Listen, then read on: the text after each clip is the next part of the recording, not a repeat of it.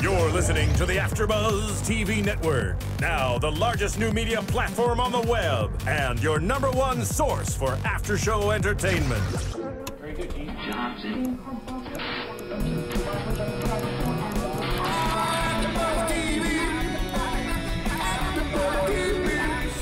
The AFTERBUZZ Studios in Los Angeles, California. Presented by Maria Menounos and Bing.com and streaming live thanks to Akamai Technologies. This is AFTERBUZZ TV's The Originals After Show. We'll break down tonight's episode and get you all the latest news and gossip. And now, another post-game wrap-up show for your favorite TV show. It's AFTERBUZZ TV's The Originals After Show. Hi everybody, Bing is for doing, and we are doing the first ever Originals After Show on its own, separate from Vampire Diaries for the first time, but it is episode 2 of the Originals, House of the Rising Sun. It's weird to hear that, you know, that this is the Originals, because we haven't heard that yet. I'm like, oh my God, this is not Vampire Diaries. It is not its own entity. It is its own entity, and we are here with its own after show. I'm Paige Sullivan, and we're joined by my one and only co-host for the evening, Roxy Striar. Hello, happy to be here. We're excited to be here. I mean, this is finally, it feels like it's its own show. For the first time. Exactly. And I know that reading, of course, you've been doing the same thing, reading so many things about it. We know they're trying very hard to make it its own show, putting it on a different night, re-explaining the backstory so that if you're a new viewer and you don't watch Vampire Diaries, that you can still understand. So I think that they're succeeding somewhat. Yes, this episode, obviously on Vampire Diaries, we've had a lot of character development for Rebekah, for Klaus, for Elijah. But if you're just coming into the Originals, having never watched the Vampire Diaries, they're doing a good job of introducing them and showing you who these people are.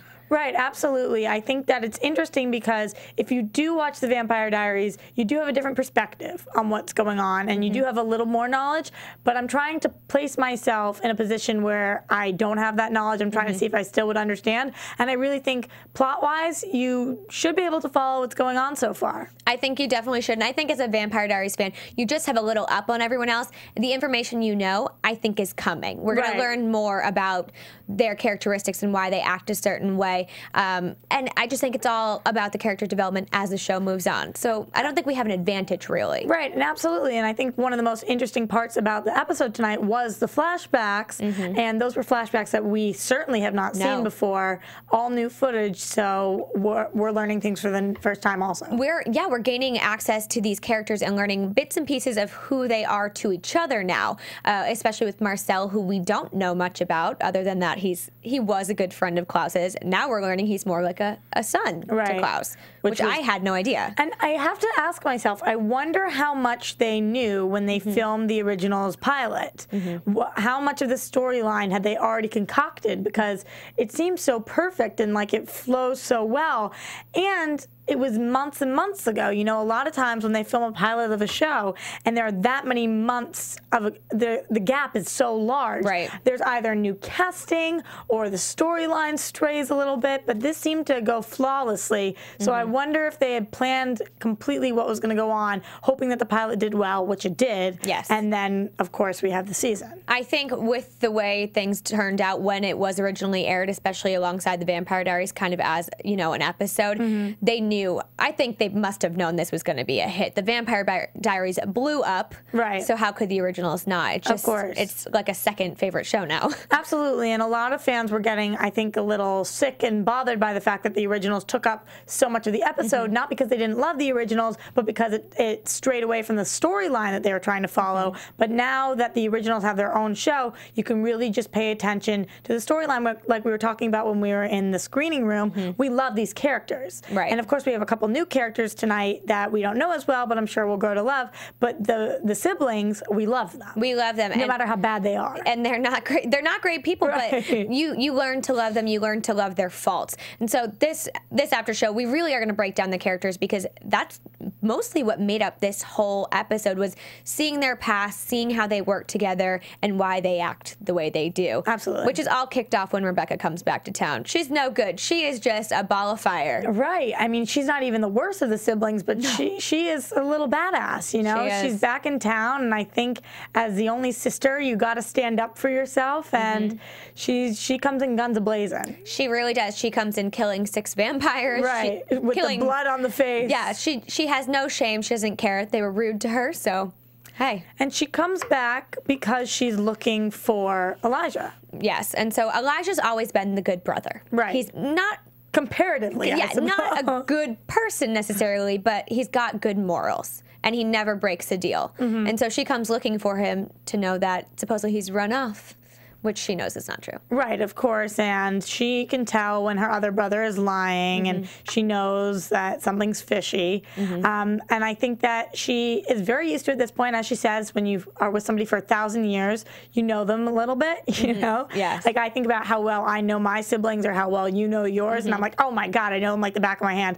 Imagine 1,000 years plus, so. Yeah, many of which she spent in a coffin at her brother's 52 hand. at one time, to say the least. Yeah, she's had a rough go of it with him, but I liked, as a fan of Rebekah, knowing that she's the only sister and she's such a powerful force.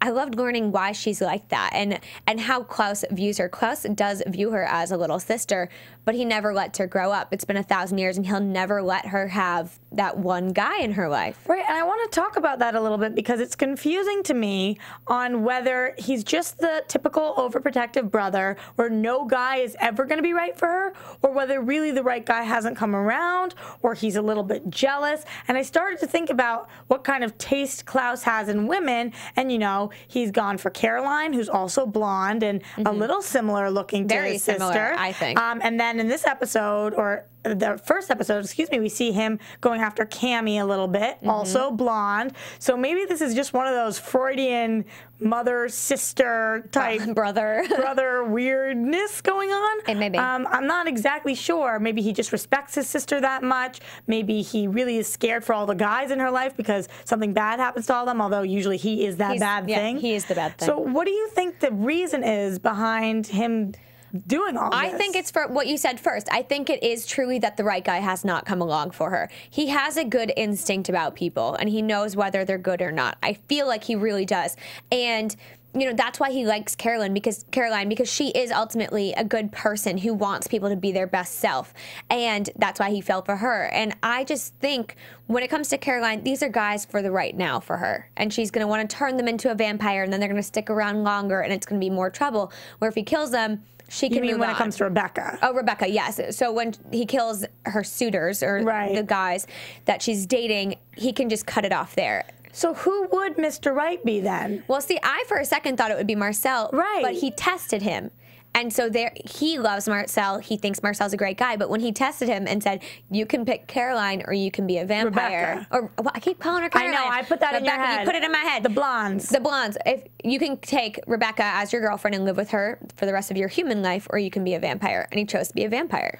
Right, that is true, and I actually am curious about that as well. And I can't really blame him, because I think that just because Klaus said you can do one or the other, maybe in his mind he thought, well, if I'm a vampire, I can be with her forever. Screw what Klaus said. Because right before that, we hear him say, he pins Rebekah up against a wall in this passionate first kiss, and she's like, he's going to kill you. And he's like, well, then I'm going to die with a smile. Yeah, but he didn't put up much of a fight. Even when he stabbed Rebekah, he doesn't retaliate, because Klaus is an original. He's the ultimate original. So you think he's scared that even if he is a vampire and then he wants to go for Rebekah, Klaus is going to come after him? Yes, and even this episode, Rebekah says, you're still scared of him. And he says, I'm not scared of him. I've got, you know, my own secret weapon, which we find out later who it is. But I think one-on-one, yeah, he's afraid of Klaus. But why would he be afraid of Klaus and not of Rebekah? Because Klaus raised him. Everything he knows is what Klaus taught him. Right. And like they say, when Klaus and Rebekah were run out by their father and Elijah, he just took over what he made. He took over what Klaus made and did what Klaus probably would have done with New Orleans. But he took it for himself. So would he have had any of that without Klaus? Right, I don't think he would have. However, I don't think he's scared of Klaus anymore, which is why I think that this season is dangerous. I think that with Davina on his side and with all of his, I'm going to call them minions, so to speak, I really think that he thinks he has the upper hand. And he's going against 3 originals, one of whom's in a coffin, one is a hybrid, and one is his ex, or whatever you want to call her. Yeah. So I feel like if he still had feelings for Rebekah or still wanted to go for her, he would, because I don't think he's scared of Klaus. No. So I think that his feelings for Rebekah have subsided, which I'm wondering about because almost I would think he'd spent all this time pissed at Klaus, like I could never have both. I couldn't have the love and the vampire. But and so I would think now that she's back in town, the first thing he says to Klaus is, "You're a dick for not telling me your sister's back in town." And I thought that was going to spiral into, I want to be with her, I'm going to go after her. But from what we've seen so far, that's not the case. I think there's a lot of animosity between the originals and Marcel. They were quote-unquote family. They acted like family. They felt like family. Klaus told him he was family. And like they said, when their father chased them out, they thought Marcel was dead. And they never came back to check. And they mourned him and put it to bed. And Marcel was alive and thinks they didn't even come back to see if I'm alive. They don't care if I'm alive. They don't care about me. I'm not family. Well, it's interesting because really, whose fault is it then? Was Marcel aware that the father was the one who chased them out? Yes. So that being said, Marcel, I think, had just as much of a responsibility to go find them as they did to come back and check on him, especially because his entire life, you know, when there's that dynamic between the adult and the child, and in this case, Klaus is the adult and Marcel is the child. But at some age, that dynamic, it doesn't switch necessarily, but there has to be even ground at some point. You know, if you're going to be family, there gets to be a point where it can't always be Klaus checking on Marcel. I think Klaus deserve the same respect. I agree. Which was not given to him. And he alludes to that and says, well, you didn't come find us. You led us to believe you were dead. You didn't look for us either. The thing, I think, like what you're saying, in a metaphorical way, the telephone works in both ways. Right. And they were both hoping the other one would contact them, and they didn't. So I think they're both at fault, which could be sticky, realizing, well, we thought you were dead. Well, you just abandoned me. Eventually, this could get muddled. Emotions could get in the way of things. Right, especially because right now we know that they're both gunning for each other. But since they have this huge history, we never know how things can change. We don't know whether emotions will shift what their main goal is or main purpose is. Do you feel like... We know Klaus has a plan. He's explained his plan to Caroline and to Hayley. Do we think... Rebekah. Oh, goodness. Rebekah. It's a good joke at this point. Yeah. If I say Caroline, it means Rebekah. Just for the rest of this. not on the show. Yeah, because she's on the Vampire Diaries. She may come to the show. Who knows? That's not just speculation. That's actually been said. Yeah, it's been rumored. So, so maybe I won't be so far off a couple episodes out. But Rebekah and Hayley now know his plan. We don't really hear anything from Marcel until the very end, where he says, do you know how to kill an original, to Davina, or we have to figure it out. Right. But before that, do we really think that he's been gunning for Klaus, or he thinks Klaus has been put in his place? Well, I also would like to go back for a second and say, we need to learn how to kill an original doesn't necessarily mean Klaus. It could mean Elijah. I mean, it could mean Elijah. It could mean Rebekah. Oh my God. I love it. This is awful. Rebekah. We have to brainwash you. We have to get Davina in here to wipe your brain. She needs to wipe my brain. Okay, so it could be Rebekah. Yes. You know, we haven't seen all of the flashbacks yet, so we don't know exactly. There's that one line where he says something to Rebekah like, what lesson have you come to teach me again? Now, he could have been referring to the fencing, or he could have been referring to something else. We don't know how bitter she was after she found out that he chose that, what she's done to him. So we don't know who exactly he's seeking revenge on right now. It could be all three, which in my opinion, it most likely is. When he says, do you know how to kill an original? He knows how close the 3 siblings are, despite the fact that they fight and have all of these gap years. He knows that they do ultimately care about each other. So I do think he's gunning after all 3, but we don't know, and especially on shows like this, they always try to put twists in there. Yes, so I think it's Rebekah or Elijah. I do not think it's Klaus, because like we've learned, Klaus is not just an original. He's a hybrid. He might not be as easy to kill. So I think, granted, I'm sure he wouldn't be like, can you kill an original hybrid mix? You know, they want us to be wondering. Excuse me. They want us to be wondering what's happening. Right. But I do think he would not have let Klaus so close to his inner circle if his intentions were to kill him. I do think this is one of those games on both their sides. Keep your friends close, enemies closer, you know? I think that they both are a little skeptical. Like, what is the other one's game? What's their end hope here? And honestly, I know what Klaus's is, like you were saying. I know what Klaus wants. Klaus wants that M to be Michelson, not Marcel. Klaus wants the quarterback. Klaus wants to be the #1 head honcho. But what is it exactly that Marcel wants? He wants to remain in power? Perhaps. He wants his power to grow? Well, I don't know how that's exactly possible. Does he want it to expand? Because right now it's only in New Orleans. Right. So I don't know what his end game is. I don't either, but I mean, maybe we'll just dive into a little bit about Marcel to get a better feel for where he's coming from, because he, you know, he was a lost boy, basically. His mother passed away. He was a slave. Apparently the governor's son, you know, a bastard child. With no name. With no name, who we first are introduced to when he's being whipped. And Klaus saves him. And as Rebekah, I caught myself that time.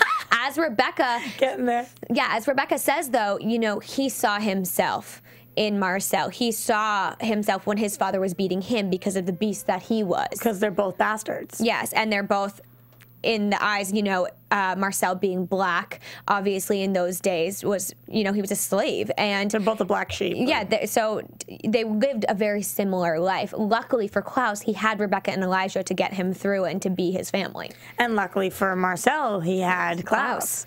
So I do think that's a very tricky situation, especially because I'm sure somewhere deep inside Marcel does feel like he owes a lot to Klaus. He owes a lot, but it's along the lines of, yes, Klaus, you took me in like you were my father. You raised me. You gave me certain things. But at the same time, that doesn't give him ownership over Marcel. I think so much of Marcel's upbringing, the way Klaus reigns over Elijah and Rebekah, he must have done the same to Marcel, and that's frustrating. It's like any overbearing parent. So there's a rebellion. Everybody's got a rebellion. Absolutely. It's like putting fear into somebody, and you know what? Just because Klaus saved Marcel from a horrible situation doesn't mean that he is the savior and should be never spoken back to, you know? He's not a perfect, I was going to call him person. He's not a perfect hybrid. You know, there are things that he does that are incredibly hurtful and almost unforgivable. I mean, we haven't seen all the flashbacks, but I'm sure we're going to see times.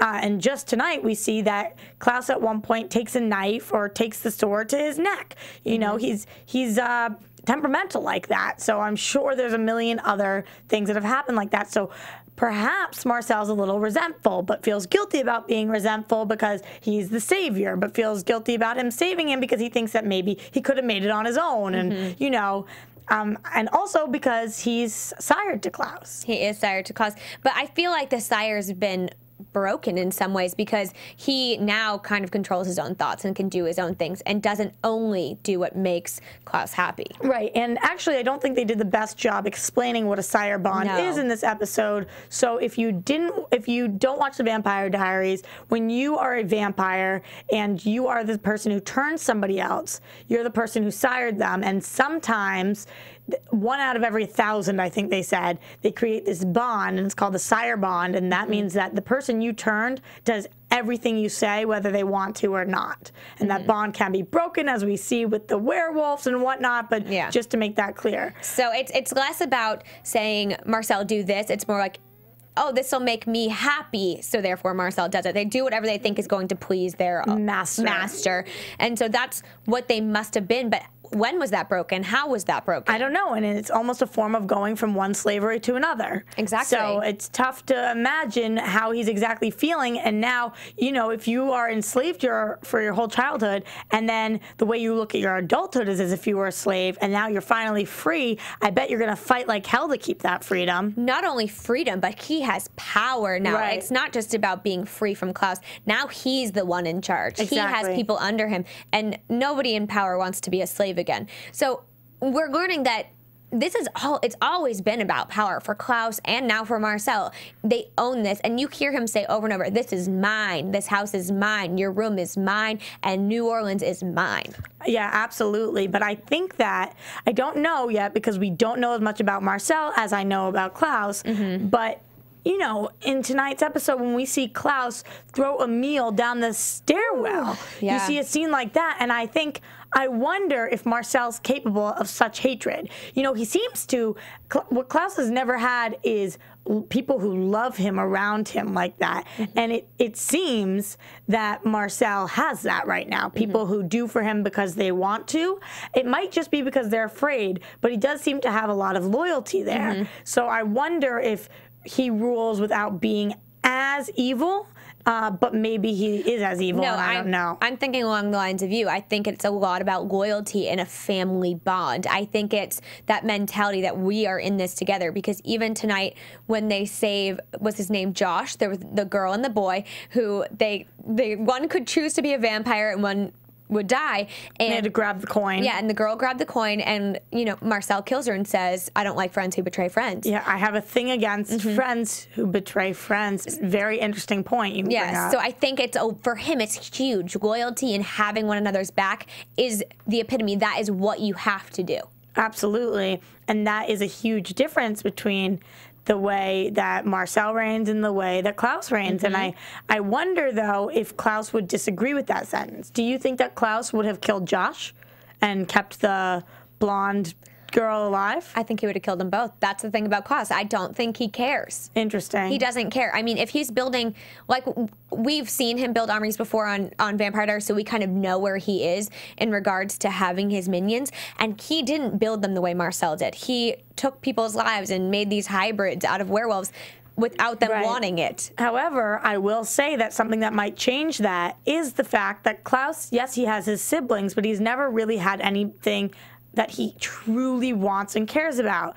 Yes, Caroline a little bit. He yearns for her. He potentially, there could be something there, right? But now that he has potential baby on the way, or I don't know if you can call it a baby. It's going to be a hybrid of some sort. Potential hybrid super thing on the way, and he's already being a little protective over it.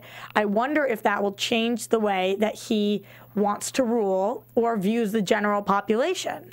I think it will, and I think that is why Rebekah and Elijah so strongly wanted him to. Well, more so Elijah. Rebekah is there for Elijah and supports whatever Elijah wants, and Elijah truly, truly wants his baby because he thinks it's going to be his redemption. He thinks it's going to be the one thing to make Klaus feel like he has something that is ultimately his. Because they want to change their brother, not to kill him. Not that they could, but what they want is their brother to be good, and they believe that somewhere inside him it exists. They believe that because they knew him before all of the bad things happened to him, before he was turned into a hybrid, before his father beat him and tormented him. They know who he was before those things, and they see glimpses of it. And we got a glimpse this episode as well of him truly saying, I want this baby. Maybe not in those words, but in his face and his actions. It was almost, what's funny about him is, yes, he didn't say those words out loud, but the fact that he didn't deny it when Rebekah said it is more than he's ever given us. Yes. You know, and that's enough. Right now, that's enough. Because first episode 1 of the originals, he says, kill her. Yeah. I don't care. Kill her. Kill her. Let her go. Let her go. I don't care about the baby. I don't care about her. And now we also see Klaus really developing and forming a bit of a bond with Hayley. Right. Absolutely. And I think that, first of all, I just have to mention how incredibly beautiful she is. Like, she is. Every single thing she rolled out of bed, I'm like, no, you can't possibly look like that. None of them are bad looking in this, but shout out to her. It's the CW. Is anybody bad looking? Of course. And second of all, I think it's interesting because she is a little softer than the rest of the characters so far. And it's almost like a breath of fresh air when we see her. And I don't have to be like, uh-oh, what's going to happen right now? And I felt bad for her. You know, she feels torn. Never is it mentioned whether she wants this child or not prior to this episode. Prior to the end of the episode, it's always like, this could be a devil inside me, nobody else wants this, whatever. And then at the end of the episode, she talks about she was left by her biological parents, and then her adoptive parents kicked her out, and she was like, I'm going to fight like hell to protect this baby because I want it. So this is the first time we hear her saying that. We did know last episode she explained to Elijah why she said, I don't know if I can be a mother. Right. She never said I do or I don't, but she doesn't know. And she's a young, in terms of being a werewolf, I guess she doesn't age, but she is a young girl, and I can only imagine she's in her 20s or something, and having a child is a huge responsibility, and she's not just having any child, she's having Klaus's child, and Elijah's looking at this baby as, you know, the savior of Klaus. This is what's going to save Klaus. That is so much, but this episode, it really did resonate with her that this is a part of her, and this is something she wants, because we'll dive into it a little bit. At one point, she's ready to kill this baby. However, then she throws the werewolf vein, whatever it is, at the vampire, and apparently it's vampire vein as the well. wolf's vein. Wolf's vein. There we go. Yeah, so many different Gotta poisons. get up on my originals terminology. Well, yeah, because they also have the toxic vervain, which is preventing all of the other vampires from being compelled by Klaus. So Klaus can't compel them, except for one. Yeah, when he gets to Joshua first. Yeah, so which is great. Good to know that he really laid that plan out for us and for Hayley and Rebekah. And they kind of, you know, they were angry. Rebekah was angry standing up for Hayley, saying, she's pregnant, you can't strangle her to death and be crazy. But he really said, this is what I'm doing. Don't act so stupid. Right. I have a plan. But what's interesting to me, actually, now that you mentioned it, and it's just resonating, is that because Marcel did this and has everybody on vervain, yes, it means that Klaus can't look at them, say whatever, and have them, what's it called when you... He can't compel them. Can't compel them. Yes. But that also means that Marcel can't compel them. Correct, which leads to the loyalty Right, thing. So a ruler that leads like that, also very different. So anyway. Very, very different, because Klaus and the originals are the only vampires who can compel other vampires. Right. And I like that, because, I mean, I guess Marcel couldn't do it anyways, no matter what, because he's not an original, so it never would have been an option. Oh. So I guess it's so hard to keep track of who's an original and what kind of powers they have. So originals can do so much more than just a plain vampire. Yeah, they're stronger, they're more powerful, they can compel other vampires. They have a step up on everybody else, because in essence, they have created every other vampire. Yeah, absolutely. And so Marcel wouldn't have been able to anyway. But I mean, which is something still new the same to the thing. originals. In case you don't watch Vampire Diaries, that's new knowledge. Or if you do and you forgot, like me, reminder. Now you know. Now you know. But I want to touch base a little bit on Rebekah's here. We're looking for Elijah. That was the big theme of this episode, finding Elijah, and he's been given to Marcel in exchange for trust and whatever that Klaus is trying to get. Little does he know where Elijah ended up. Right, absolutely. And we find out from the pilot who this random girl in this dark room who can't go near the windows is. Well, we don't really find out who she is, but we find out her name and what she's doing. Her name is Davina, and I guess Marcel uses her right now as a watchdog, but that term has many meanings. A watchdog over Elijah, a watchdog over the city, a watchdog over the witches. She kind of is all-knowing, all-powerful, and apparently she can wipe the memories of originals. So this is a kind of power that we are not used to, have not seen, and not only have we not seen it in our 2 episodes, but Rebekah is not amazing.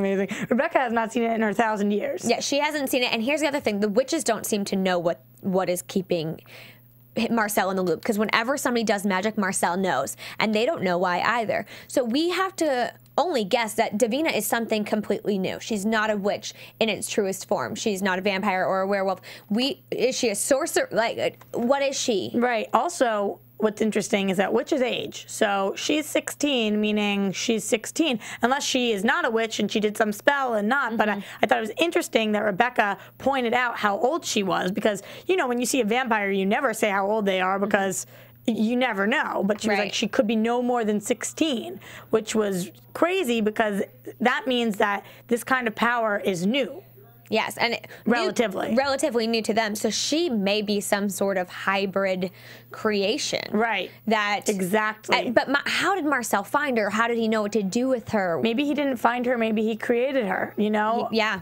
I really don't know, but she really reminded me more of a classic witch. Like, I wanted to see her looking glass and the magic ball and everything. A mirror to talk to or something. No, seriously, and I think we might be getting some of that. And I think it's great that the Originals is introducing new power, especially when we're talking about straying away from Vampire Diaries. It's ironic that I keep mentioning Vampire Diaries and talking about how much I like that they're straying away, so apologies for that, but of course for the first few episodes we have to... It's hard not to compare. Right, we have to compare. And I'm wondering, you know, we learned from Sophie Devereaux that the reason they cannot leave New Orleans is because they practice ancestral magic. And so they feed off of their ancestors who are buried in, you know, a graveyard here in New Orleans. My question is, maybe Davina, she is somewhat similar. Think about when on the Vampire Diaries they draw a lot from those who have already passed away or the witches' spirits. Maybe she's somebody who just has a direct connection, a direct source, because it seems like with these paintings she's doing that she's not controlling them, that somebody else is kind of going through her. Right, that's very valid. I think that you could be onto something. Maybe that house has something to do with it. Maybe it's the actual location of it. I'm not sure about that, especially the fact that that house was the Original's house. The Michelsons used to live there. Right, so maybe it has something to do with that. But while we're talking about the witches and them not being able to leave, I think it's interesting because they say we're not able to leave and still practice magic. However, they're not allowed to practice magic there either. No. So really, they must be doing stuff in secret, which we know they are, especially because they put a hex on Hayley and they've linked her to at least one witch, possibly multiple. Yes. So I wonder if really this Davina is all-knowing and can see when witches are practicing. How many is she seeing are practicing? Is she being selective on what she tells to her hire, you know, or what? How does that get determined? Who she can see and who she doesn't? And who is she to stay in somebody's attic doing what they tell her to do? Right, exactly. Why is she working for Marcel? There's something in it for her, right. or she doesn't know she has the. I don't know. And right, last week we see her in that room with another woman. Yes, we did. Where's that other woman? And it seemed like maybe her mother or somebody else older. I'm wondering where that woman is. I'm wondering how come she was allowed to be in the room. And I'm also wondering, of course, when she sent Rebekah out of the room, I was like, well, bam, and Rebekah went flying. What is that? Yeah. You know, is that witchery? Is that I don't know. something in the room? Yeah, I have absolutely no idea. It may be location, and that's why she's in that location. Here's my other question. If they're going to wipe Rebekah's memory clean and say, you don't know where I am, they want her to know she exists. Right. They want Klaus to know she exists. Right, because they want to put fear. Yes, and they have Elijah. So now it's almost as if they are under Marcel's power because he has something significant hanging over their heads, which is their brother. It's also interesting that she's so powerful, she can be selective with what memories she erases and not. You know, when you are a vampire and you're talking to a human, you say, forget everything, or you have to, whatever. She didn't have to say anything, or at least it wasn't on this. She just wiped it clean, just the part that she wanted to be wiped clean, which is crazy. And Rebekah was knocked out for a period of time, so you have to wonder if she was put under, or if she was already like that. Right. Because normally they don't get knocked out; they get thrown from a building and then they stand up and shake it off a bit. Absolutely. So we don't really know, but now we know what everybody has. Klaus has Rebekah and Hayley on his team. Marcel has Davina and all of his vampires. The vampires mean nothing, I don't think. Honestly, they're just manpower, but Rebekah can kill 6 on her own. Right. Klaus can kill them all on his own. It doesn't matter. And what team are the rest of the witches on? Here's my other thing, because was that girl who gave Hayley the Wolfsbane a witch, or was she just somebody who ran a shop because she said, I have a way for you to gain points. You need to tell Marcel that there's a werewolf. Exactly, which was confusing because I thought all of the witches hated Marcel. So that's very confusing. And the other than the witches, what side they're on, I have a big feeling that Cammy somehow, what side she's on, is going to mean a lot. So you think she's involved somehow? She's not just an innocent bystander? No, I do think currently she's an innocent bystander, okay. But I think that eventually, you know, I don't think she's going to just, maybe she will remain human, but I do think that she's a huge pawn here, or player, and something's going to happen because anytime that somebody develops feelings for someone, obviously that makes them vulnerable. And she right now is the weak point for Marcel.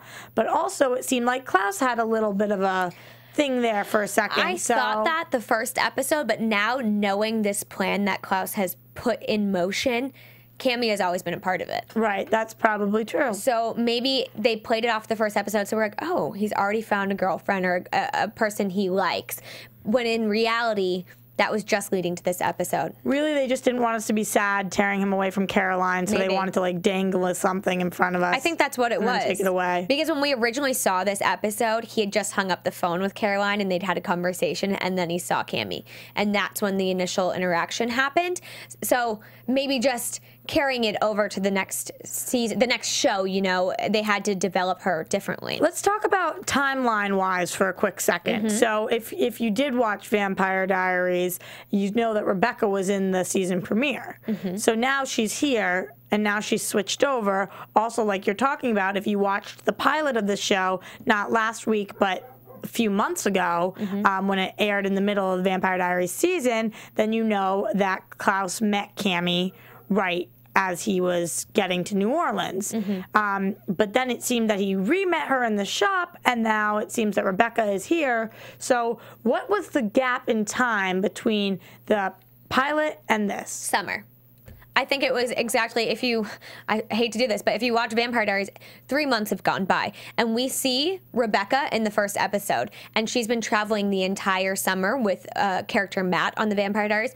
She's been gone the entire summer with this boy Matt. In Europe. In Europe. So 3 months have gone by since, you know, we've last seen all of these characters. So I can only assume end of the 3 months, now she goes to New Orleans, and that's when she's meeting up with her brother. So I feel like Klaus has been there for 3 months, gaining trust, working his way into Marcel's inner circle, and that's where we're at right now. Okay, because, yeah, that makes a lot of sense, because it did seem interesting how chummy Klaus and Marcel almost seem. Especially after the way they first met. Right, and I'm wondering how much of it is an act and how much of it is they really enjoy each other's company.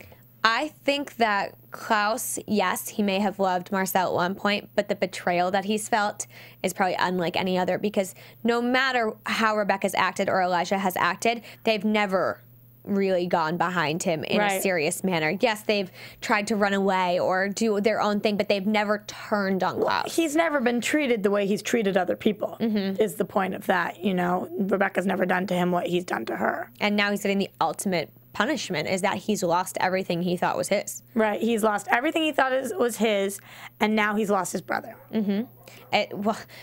Lost is a strange word to use for that when he gave him away.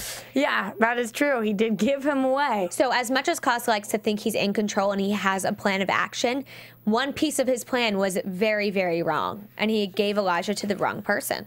I mean, to the only person who was asking for him, but I think it was what he thought he had to do in order to remain there and take care of his baby. Yeah, and he knew that he would eventually get Elijah back, or he thought he would get Elijah back. Right. Not knowing that Davina, the almighty Davina, is watching over Elijah's body. Yeah. So I think we're getting so much so fast, there's a lot of unanswered questions, and that's how they want it. Because there's a lot of things I want to know. I mean, because we have a whole season, and this is what keeps you coming back for more. And of course, we'll definitely be coming back for more. And it won't just be the two of us. No, it will not just be the two of us. Jesse's not here this week, but he'll be back. Jesse Janity. Yeah. Our beloved. Yeah, he'll be back. Luckily. So there'll be 3 of us here to, you know, delve into this, because there's a lot of characters. I'm sure over the season we are not going to agree on everybody. And oh, definitely not. It's hard, especially when you have a lot of TV shows you watch, the good characters you like and the bad characters you hate. But now we're basing a show off of characters that you're supposed to love and hate. And you know, sometimes I'm going to love and you're going to hate, and vice versa. And so at the end of this episode, where do you stand? Who are you liking? Who are you hating?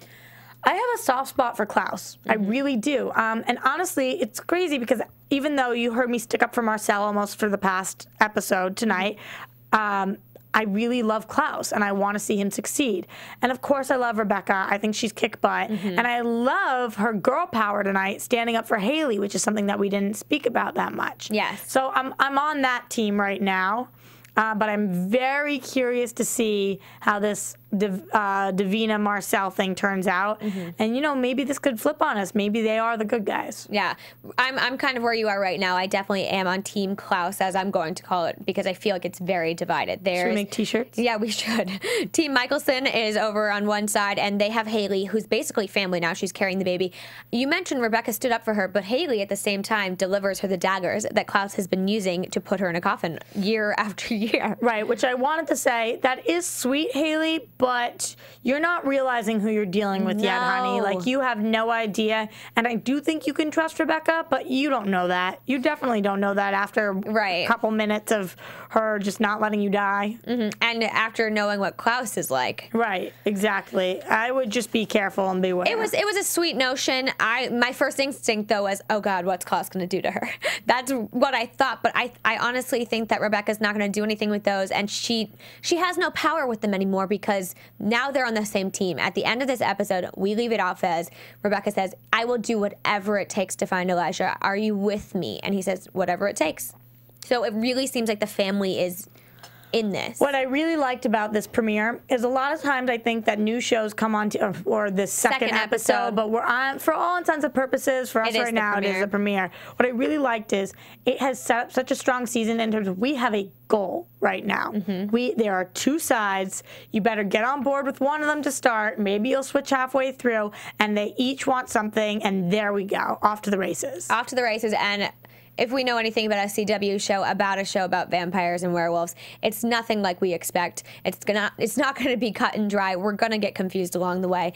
Right now, I'm confused, and it's only episode 2. Right. So it's just kind of a waiting game, learning more about these characters, learning more about the plot, and I think we're going to get a lot more flashbacks. Oh, I definitely hope so. Actually, I know so because I read some articles about First of all, seeing period pieces are so cool. I love the costumes and the dances, and I'm just like, oh, I was born in the wrong generation. I know. But at the same time, I'm interested to see the story go forward, but in order for it to go forward, sometimes we do have to go back. And I think this is very helpful for those who are only jumping on board with the originals. We're going to get more and more pieces about who these people are, why they act the way they do, and the history that led them to this point in time, because we have to remember the originals have been around for 1,000+ years.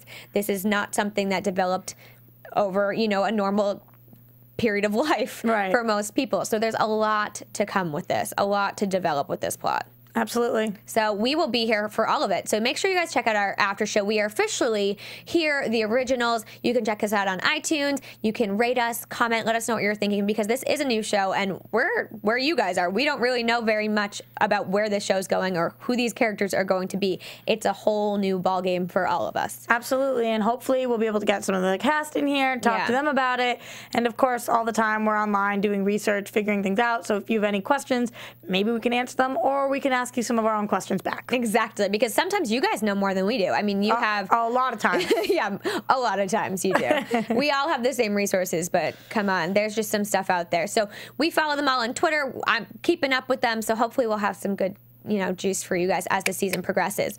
Right now, it's a little bit early. There's not too much news and gossip about it because it's all just speculation at this point. Right, although I will say that I really think that they're about to blow up because, when you are the background of Deadline, IMDb, Hollywood Report, they've been everywhere promoting this show, a bat out of hell. So, and I almost feel like they don't have to because everybody's already talking about it. I know. All summer, people have been asking, especially about AFTERBUZZ, are you going to do the originals? And yeah, we are. Yes, I am. So there's not much in news and gossip other than that the show is here. It's off to the races, like you said. It came in on fire. It's really, really great. But do you have any predictions going forward? And now, I don't know. I mean, just talking about the next episode, we see that Davina says something's coming. What the hell is it that she could see that's coming?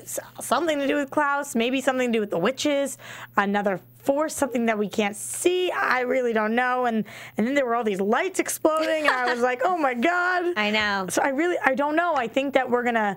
The other thing that we see is a werewolf. So I don't know whether Hayley turns, or can you turn when you're pregnant? And Vampire Diaries, but didn't she learn to not turn? She learned to control her. So maybe having a child, though, maybe does the child need to turn on a full moon? Or maybe she needs to turn to protect the child. One of the, you know, so I have a feeling, I predict that that will involve Hayley somehow. I don't think anybody's come to rescue Hayley from the Wolf family. No, I don't think so. So something to do with her, and I don't know. I just can see lights flashing. That's all I see. All I see is lights. I'm along the same lines as you. I think, though, that Hayley, after seeing that little conversation between her and Klaus, there may be a romantic thing develop between them.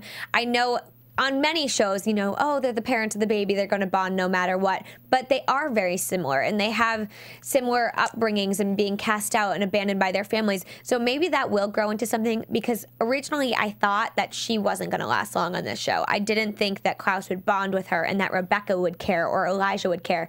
And she's almost the new Marcel. She's almost a new person that they're bringing in. Right. I do think that's interesting, and I think that they really will bond, but I think they'll almost bond in a sibling way, like Klaus and Rebekah never quite got to, because I really do believe, and as I talked about before and is more news and gossip, that Caroline is going to be on the show. Yeah. And that Caroline and Klaus are endgame. I would like that, actually. I would really like that, but we'll see where it goes. I think we will get romance on this show. We will get fights.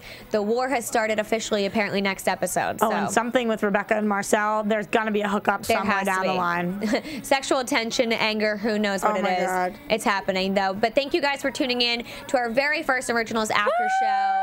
So exciting. One down, like 20 to come. Hopefully 100. Hopefully 100. Hopefully season after season. So thank you for tuning in. If you want to follow us on Twitter, though, you can follow AfterBuzz at AfterBuzz TV. You can follow me, Paige Sullivan, at Paige Sull.